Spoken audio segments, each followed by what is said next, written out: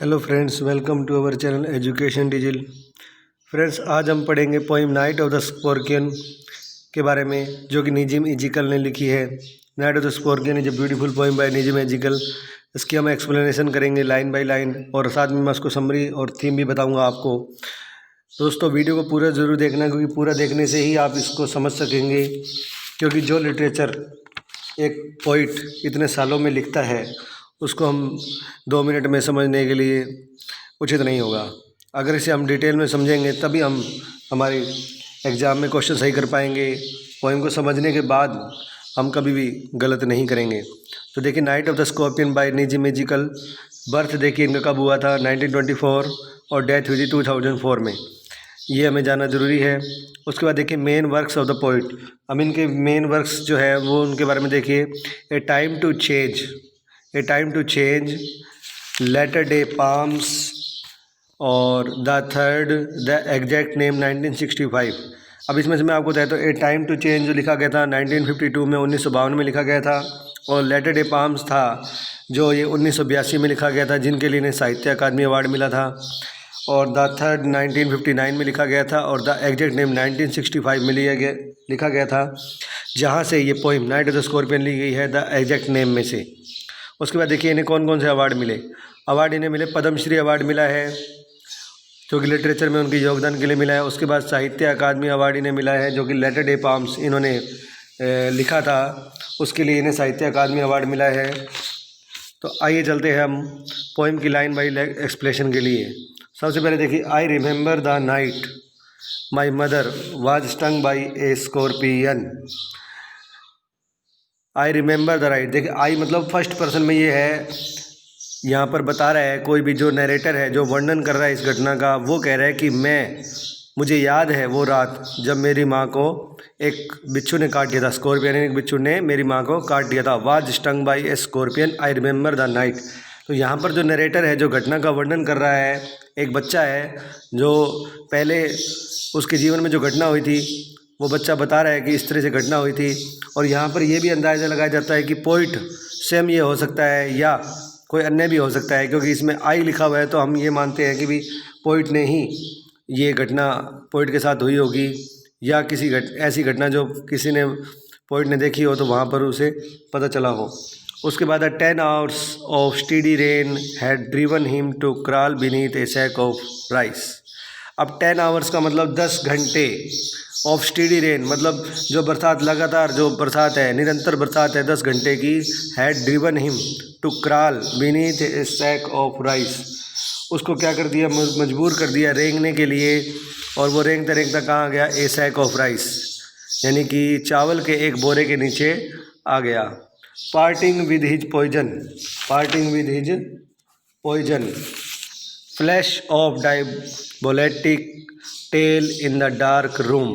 Parting with his poison, parting with his poison का मतलब है कि उसके अंदर जो जहर है उसको लेकर वो चले जा रहे हैं।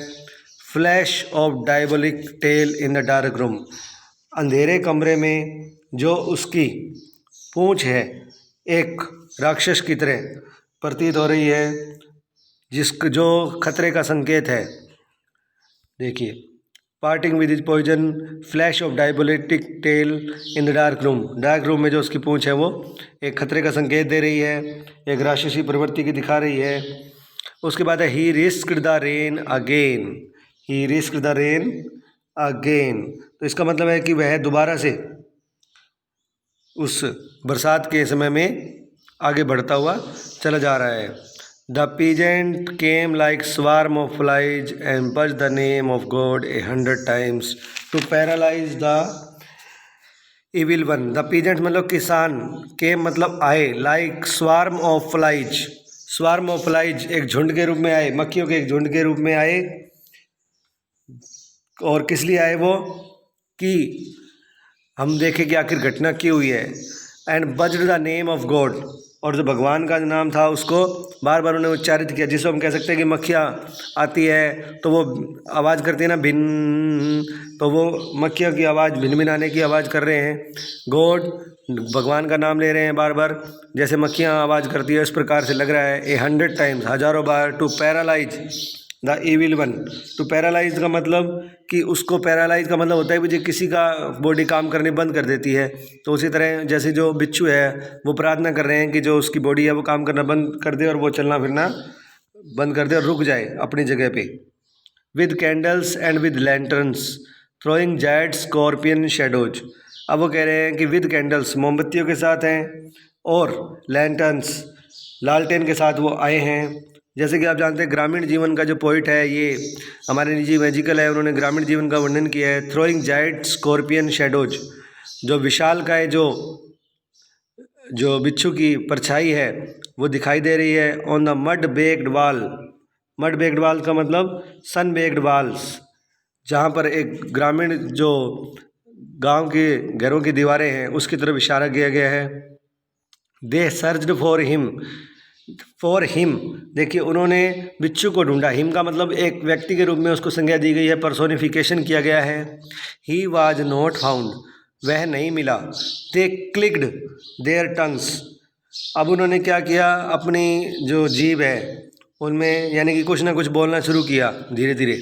With every movement that the scorpion made his poison moved in mother's blood. वो कह रहा है कि अगर एक भी मूवमेंट अगर स्कॉर्पियन करेगा, थोड़ी सी भी मूवमेंट, तो जो माँ है जिसको बिच्छू ने काटा है उसके खून में पॉइजन जो है आगे बढ़ेगा। दे सैड मे ही सिट स्टिल, दे सैड, वो कह रहे हैं कि भगवान करे कि वो एक जगह रुक जाए ताकि वो जो पॉइजन है वो आगे ना बढ़े। ऐसा उनका अंधविश्वास है जिसके बारे में इस पोएम में दिखा गया है। They said may the sins of your previous birth. अब वो कह रहे हैं कि मे यानी कि प्रार्थना कर रहे हैं कि तुम्हारे जो पिछले जन्म के जो पाप हैं be burned away tonight, जो आज है वो समाप्त हो जाएंगे इसी के साथ। दे सैड, उन्होंने कहा मे योर सफरिंग डिक्रीज, तो तुम्हारी जो तकलीफ़ें हैं वो कम हो जाएंगी। The misfortune of your next birth, they sad. अब यहाँ पर देखिए ग्रामीण जीवन के अंतर्गत लोगों के अंधविश्वासों के बारे में बताया गया है कि वो दो बातें कह रहे हैं कि जो तुम्हारे पिछले जन्म के पाप हैं वो ख़त्म हो जाएंगे, और फिर वो कह रहे हैं कि तुम्हारे आने वाले जन्म के अंदर जो समस्याएं आने वाली है वो भी ख़त्म हो जाएगी। May the sum of all evil balanced in this unreal world. अब देखिए ये बहुत इंपॉर्टेंट लाइन है, may the sum of all evil balanced in this in real world. तो ये यहाँ पर कहना चाहता है कि जो हमारे जीवन के अंदर जो भी हम गलत काम करते हैं, बुराइयां हैं, या जो भी हम अपने लालच के अंतर्गत इस संसार में जीते हैं, वो जो है इसके द्वारा बैलेंस हो जाएंगी, उसका संतुलन बन जाएगा। Against the sum of good, यानी कि जो अच्छे कार्य किए हैं उसका और बुरे कार्य का बैलेंस बन जाएगा। Become diminished by your pain, जो तुम्हें दर्द मिल रहा है उसके द्वारा वो दर्द कम हो जाएगा। May the poison purify your flesh. अब वो कह रहा है कि ये जहर है तुम्हारे शरीर को, इच्छाओं को क्या कर देगा, शुद्ध कर देगा। प्योर फ्लैश ऑफ डिजायर, यानी तुम्हारी जो इच्छाओं का जो शरीर है, शरीर की जो इच्छाएं हैं उसको शुद्ध कर देगा। And your spirit of ambition, जो आपकी इच्छाओं की आत्मा है, स्पिरिट ऑफ एम्बिशन है, जो महत्वाकांक्षाएं हैं, उसको भी शुद्ध कर देगा। And they sat around on the floor with my mother in the centre. अब वो बच्चा अपने जीवन की घटना बता रहा है कि वो फर्श के आसपास फर्श पर बैठ गए और मेरी माँ के चारों ओर बैठ गए और मेरी माँ बिल्कुल बीच में सेंटर में थी। The peace of understanding on each face. अब वो कह रहे हर आदमी के चेहरे पर ऐसा लग रहा था जैसे कि बहुत बड़ा कोई विचार कर रहा है, इस प्रकार उनके चेहरे प्रतीत हो रहे थे। मोर कैंडल्स, मोर लैंटर्न्स, मोर नेबर्स, बहुत सारी मोमबत्तियाँ, लालटेन और पड़ोसी। मोर इंसेक्ट्स, कीट, एंड द एंडलेस रेन, यानी कि जो बरसात थी वो निरंतर आ जा रही थी, बहुत ज़्यादा हो रही थी। उसके बाद my mother twisted through and through, मेरी जो माँ है उसको दर्द से करा रही थी, वो ऐठ रही थी और वो चटाई पर थी, जो बहुत ही लगातार दर्द उसको हो रहा था। My father sceptic rationalist, powder mix herb and hybrid.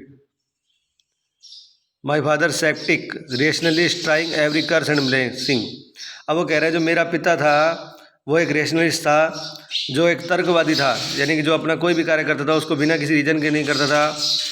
उसने क्या किया, प्रत्येक कार्य किया अच्छा, या हर चीज़ कोशिश की कि वो ठीक हो जाए। सभी उपचार उसने अपना लिए। He even poured a little paraffin upon the bitten toe and put a match to it. अब उसने क्या किया, लास्ट में जब उसको कुछ नहीं समझ आया तो उसने एक पैराफिन यानी कि मिट्टी का तेल उस पर डाल दिया, जहाँ पर अंगूठे पे उसको काटा था, और उसको आग लगा दी। I watched the flame feeding on my mother. और मैं, अब वो बच्चा कह रहा है कि मैं उसको देख रहा था लगातार और कुछ भी नहीं कर पा रहा था।